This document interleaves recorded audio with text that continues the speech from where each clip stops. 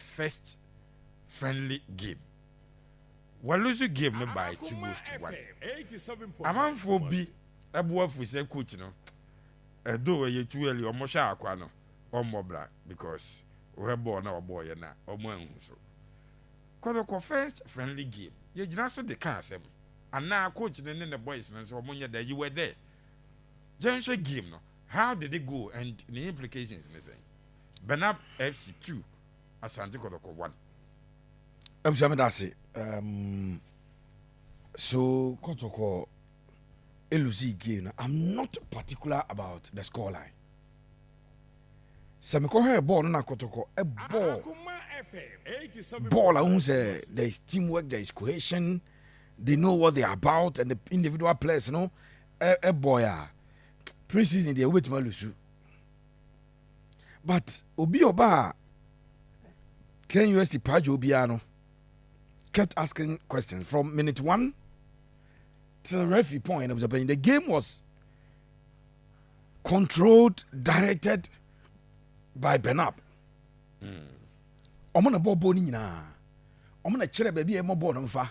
Omona chere baby e mo pese ball bibi e wo ball no mbia no. And that is where the problem is. Okay. Again, okay, game be say Ayana who expect individual brilliance because a Kotoko playing a Division 2 side. And Yana person who say oh individually Kotoko play a big chip ball, no a down home, the ball room. Those are things that you expect. But over check ya unjada enhu a game no say Kotoko play away a ball something special. Kotoko play away a G ball ni BB. In fact, I will Mr. Timaminka say Aziz Haruna Dari bra obem. Then coach na change the position of Joseph Amwa, the left back. He say Obo as a center back, something that I had already said here on radio. Say yeah, kwada ko judge. He was a coach na change a branch in the rule no. Patrick Asiedu, right back Emmanuel Kutei. Omo boy, kakra fine. But yes, sir. And yeah, the level that you expect. And again, coming on the heels of this, be a place where you still back. Well, expect some boys decision I did my coach. But I'm quite banasa. Game no as you know the na me nyoma me check no. Individually players the more. Me pese me team no a place after 2 weeks. Ebi a saying a Tinkler penny ball no. So I was looking at me who say bia Kotoko eje ball na. Almost style of play ni say. Once abema who should be preseason gamer. Ebi na raf cause about Chelsea say Chelsea for not touch the ball no quickly.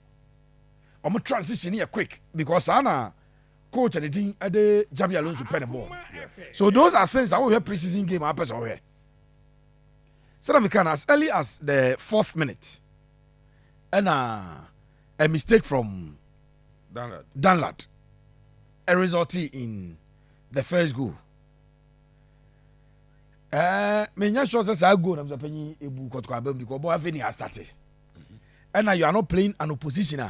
Dema say o mo shegu a bad din as obebam. So Danlad committed that error, but as I said, ye share any there a ball of the penny a pie muma Danlad. And Kabiru Danlad at the bono twat nema and I say oh save bono I'm a bono ako corner kick bono call corner kick here short and Bayern he dived to save the ball. Then the soft ball now almost deliver from resulting corner kick in the moment and echo twat anymore bono echo shegu so and no very early in the game, 4th minute. But what were we expecting? That Kotoko will settle into a game plan, and then Kotoko will play. Who's already a textbook ball in the airborne? Saying a coach in a panel. Abia you build it from the back. Abia you use with play. Ebia, we are building from the middle. Say, you have a controlling ball no, with possession, near control. You expect to see something like that. I did not see it. Okay. Man, who's out there no ball no more boy 90 minutes now. Players a ball money be man who got style of play. 80 me sure say ubusa obia owo can use the page over here boni bi. Say Kotoko no build it from here. I'm not sure anybody can get you the answer. Me sure. Ooh. Me ko hebi. Okay. Born am ko he no. At the time I was watching the game, game no. I had a paper ready to write important notes, to make notes on a new basis, you know.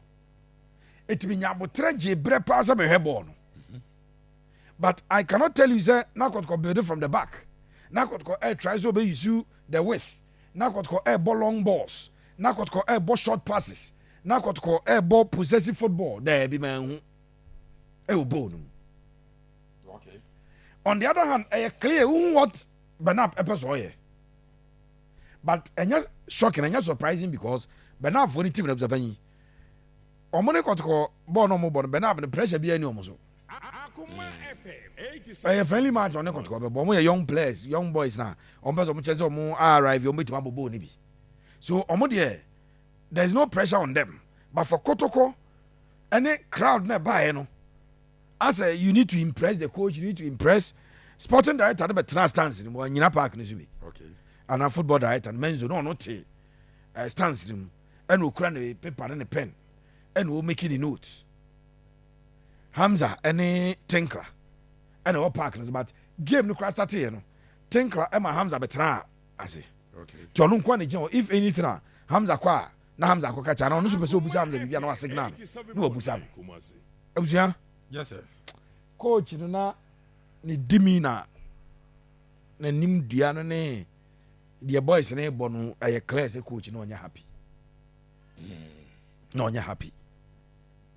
Na players ni bi so minim say o ma dwunim na bi o ma fa no say o ma titi bi say bi o mba ko nti o mo de mfa o mo especially Abrante de din Edi Zakaria Fuseni.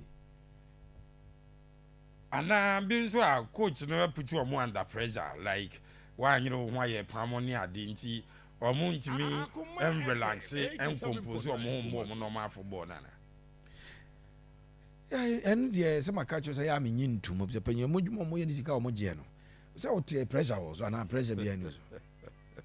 And I put to know some sorry call a Paju. Me and I'm a GM Sports. Efreme. And general manager sports, Ephraim, no, or Ephraim is a report on BB. I'm supposed to send 3 reports by close of day. As I did 3 reports. Echo. No matter what trans I may hear you. Me, you are near Ephraim, and I may hear Uniana, may hear TV3, I mean, sending you, may hear. The pressure. And I'm in here, and pressure, maybe a first 2 minutes, but you need to pick up. See at ye, the media general board members in Abba trying just and on the monitor paper. Ever shed the air cannon in trying to be careful, you may make a mistake. A possible so bit my mistake. Because you know my age one day, but the bird man board of directors of media general will be a crap paper, a crap pen. No or try assembly of a cabia, my car is all can ye, one can year. It is possible in trying to be very careful. Why we are not quite a mistake, but some mistake na doors one by fans are here. So, where your usual so just the over to my no. And you will say just a game. You're born in 10 minutes. Yes, I says Anate.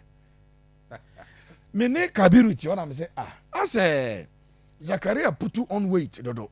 Zakaria for say, as a remote Dodo. 80 Zakaria and our high. So video ya we only decline our left. Oh, left high. Okay. Zakaria na wa. Yeah. I was seeing a bulky Zakaria for saying, I'm say I said more you do. Oh, first omo decline no. Omo na return. Yeah. So Zakaria. 87.9. And oba mu no.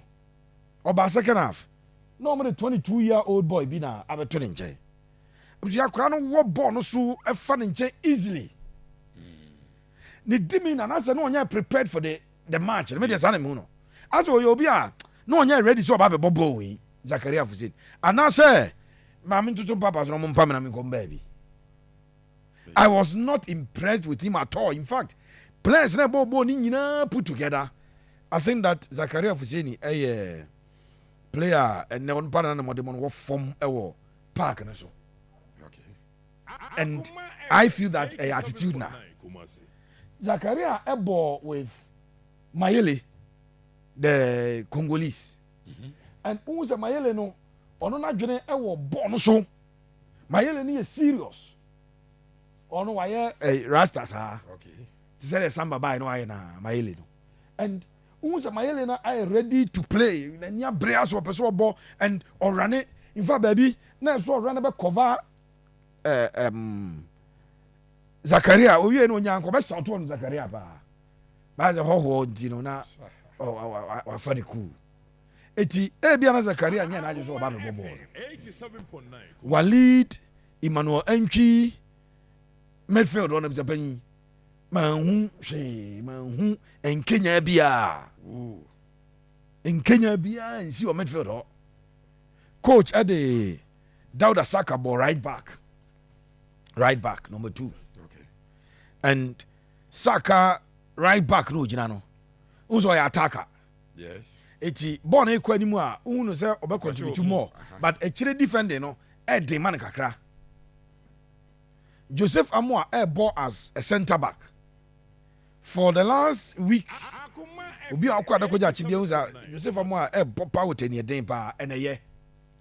But ba kwa wo mabusa panyi a problem is on shed any height. Okay. Joseph Amon shed any height.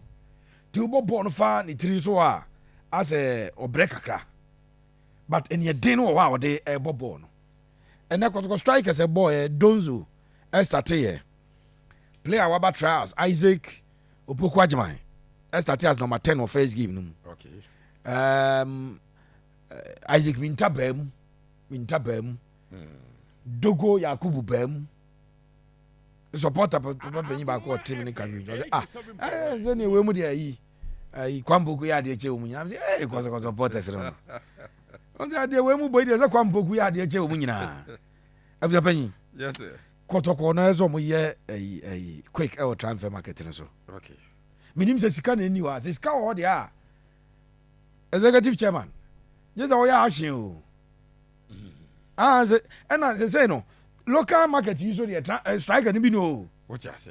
Atakumi no ko. Nam ka has ene Kotoko no more chedodo because you say papa ni nyina akọ. Rudolph Crab di. Na beti abama. Kumase kakra. Rudolph eko. Oko ayi Egypt akọ sign the club of Egypt. We go king chart na up to be 5 from Japan. Unhun Kenya bia. Kotoko wings oh. And nana you know sa ball no ye pa but none final delivery poor. But you know sa all things being equal, second ko $100,000 na you know sa ko. Just we ni Kotoko bi. Okay. Kotoko so mo ye replacement ni bebre o. One goalkeeper and no kra one goalkeeper na ba. Say Kotoko we download film Kotoko e one senior team goalkeeper pe o. Say download agent and so the contract na official. Yeah. Kotoko one senior goalkeeper in Aziz Aruna Dare. Yamfa one goalkeeper to the download by so the become. Over right side wa community problem but central defense on there and me who free Hamzata ne ayi hono Zakaria no eza Kotoko center backs o man hwe ya season ayi we on best struggle pa so man hwe ya and there because transfer window ni close on the 23rd. Yes. And the date yeah 5th. Tiaka 17 days ana. Na window ni close. Window ni close in 17 days na. League never started on the 4th, the weekend of 4th to 7th of September. And you want 1 month from and then you Ghana Premier League. 1 month from and you have Ghana Premier League of Japan. And in 18 days, even if you get all the players in the next 18 days now, afei na wobɛyɛ proper training na ma boys no and adapt it to style of play or system. And so we are within that time we know. So they don't even have the luxury of time. And that boys, you know, more conditioning crowd, man. Who is a place of more conditioning was to be you. But there be a my physical conditioning, so I change like my money and tibia muscles near tired kakra.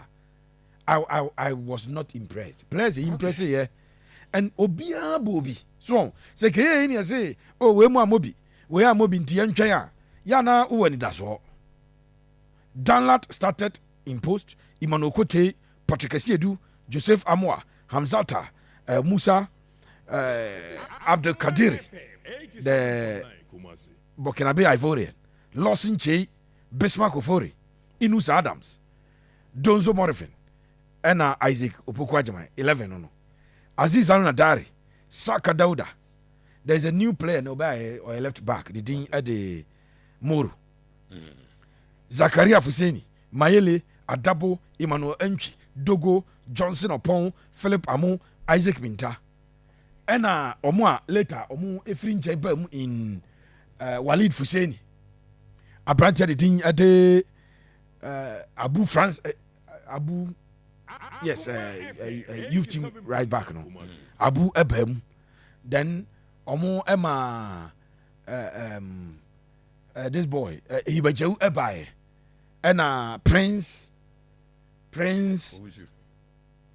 midfielder no Free Nations by no. Prince Badu, and so Ebaye, so Prince Badu, and so Ebaya, or no Ebibobi. Offer third goalkeeper die clever being youth team goalkeeper no.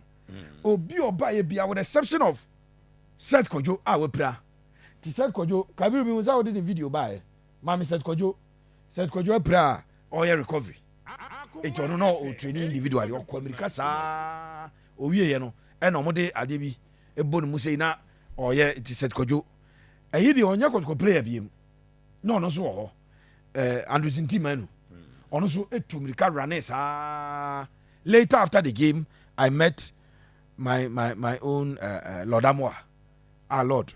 Afina ni AC on your bompa is a bibia ebeye kama at the antico you set and an yes individual training we obi oba bia bobi and so bia bobi na Japan still saying that but pre-season see a koba ye na pre-season Japan pa na cross goal and also ki ebeka enti de ye hu ya ne de yes pre-season there.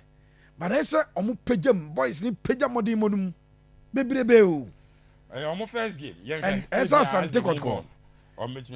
Board no omo enya ntem na ombe signings of Japan. Omo nya signings renta because quality na ye ni ko hu ye ne de. I'm not sure say Kotoko improve in terms of omo quality na wo e de aba coach no o adwuma ye obebre coach no adwuma ye pa Japan. Coach no adwuma ye. So Ralph, Kotoko first pre-season friendly. Omo lose to a Division 2 side. Benab, I think the defeat itself, they really Kenya issue. For me, pre-season games they will lose, but I think that the body language of the coach has suggested the excitement or the Jumano. I think when we say there was be some questions, but looks like born no more, but we training, but. Born on Saturday, you know. That has been the Kotoko. No, quite surprised. So if you go to the training, said the Rav said we see who Kotoko. Yeah, he saw it. Club of the same. I feel when the subsequent the camera could see so on Dodge Crana Casanabe. Maybe he might not come out, but anyway. No, on Casa about but the excitement, you realize that the excitement any journey, you know, when it's a bed dropping because Nejumane so and this is the reason the entire Americans are and say see now a substantive coach of a club Ujaya Jumade Beji Kai. I think that you're convincing Anne you almost sending man the Africans the end of the century. Yeah, Tomu man of man who said Charlie Kotoko is big and to say what for Orlando Pirates and now what for Sundowns a Juma be now so Kaiser Chiefs a Juma is big and on the basis of their Kotoko achieve you what do you convince you be and I think that if you look at it, be monetary considerations. I'm sure say Kotoko may not be able to meet ABI na oje wo honom. So the biggest consideration be say may offer a huge club. And that will be added to me profile as a coach. Former Asante Kotoko coach. It's oba down. I mean, sure say facility near in the omodi kind SIK in the app. I'm more realize say instead of she instead any but then you know you're okay with it. But what was surprising is the quality of the Kotoko players. Into watch say on pay player away, in fact on hia ya wonya kwan hia obewie nanka almost all the nanka on pay obia. And the reason is that so we are typical South African. Now here how South Africa for the ball, if you watch the PSL, the ball too passable. The passing game of the South Africans is always been good. Now bad when I had him to play a trapping ball crash or trapping ball I'm a player edge, and I play a shiny young queen pass or ball pass. There's a ball in number we a coach now free baby. The foundation of basics as a only problem with basics. I'll be surprised with Ghanaian players. And that game you say boys be as a ball control cry. And that's a me you just say it's not just about say ball no na preseason you lose and you losing but I say you also a certain level of quality. A quality I just this is Kotoko. Quality I just we would year Juma a ye. But say dogo mo Hamza Tower. Right, Juma ho. No, you see, let's be honest. If you take the Kotoko quality, almost game on Sunday and Saturday. Most of no, and yes, students, no, it's true. Baku dogo bo because I can way. Yeah, bobo, yeah, man, more that. In fact, nyina so bebli ma bekwa be sisi to so mo na start ya to toba ade no so timi say e be ye de we coach na de ye adwuma ube lose your job no ube players me mo lose your job enye because e bia unye go but because omo quality no ukosia me de ma obe hye o 9 to say de omo hye Kotoko last season no obe ma 4 because local standard ne de Kotoko quality no e was so improving. Yes, omo individual you were hono. I mean blanda so than lad so I dey infant say I feel no aba infant. But I feel no aba into ball we win to infant nyahwe say experience at than lad boy you na ball we because I just watch Morphine Zone Donzo.